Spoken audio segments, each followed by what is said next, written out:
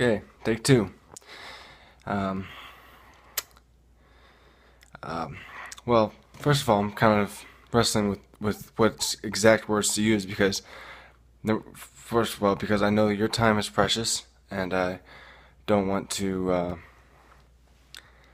take up too much of your time talking about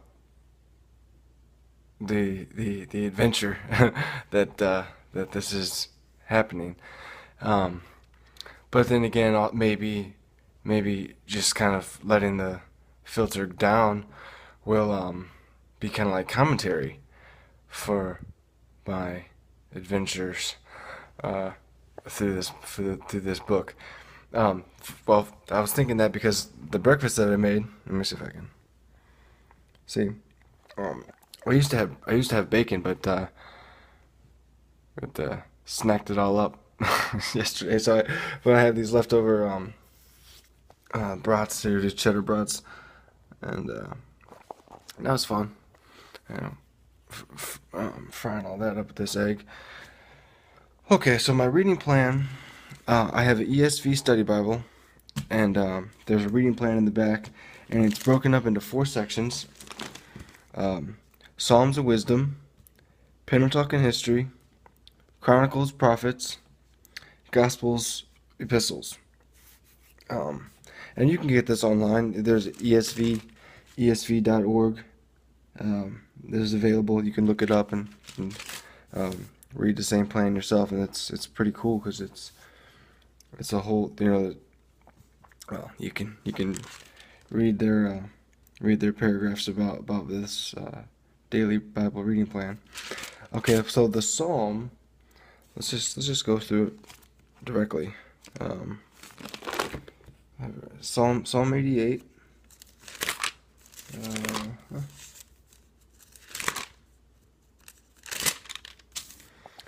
um, Now the verse that I had pause on, the first verse I had pause on was verse 8, and the verse says, You have caused my companions to shun me. You have made me a horror to them." And I was like, this is in Psalms, and you have caused my companions to shun me. You have made me a horror to them. And so then my thought was, it has me thinking about this deer in the headlights concept, and usually we're thinking about this with with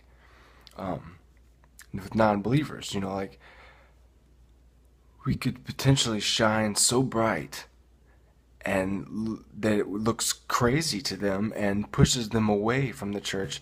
I'm thinking about Westboro Baptist or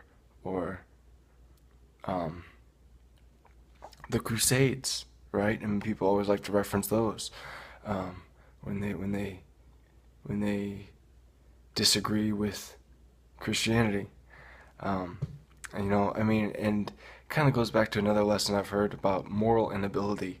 And moral inability is you can't do what you don't choose to do. When you don't want to do something, one excuse is just as good as any other. You know what I'm saying? So, suck it up. And bite the bullet. And Philippians 2:13, 2:12 and 13. Work out your own salvation with fear and trembling, for God is at work. There's more to that, but it's more powerful if you open up the Bible yourself and get it right from the source. Okay, and then after the Psalm, though, I go for some history.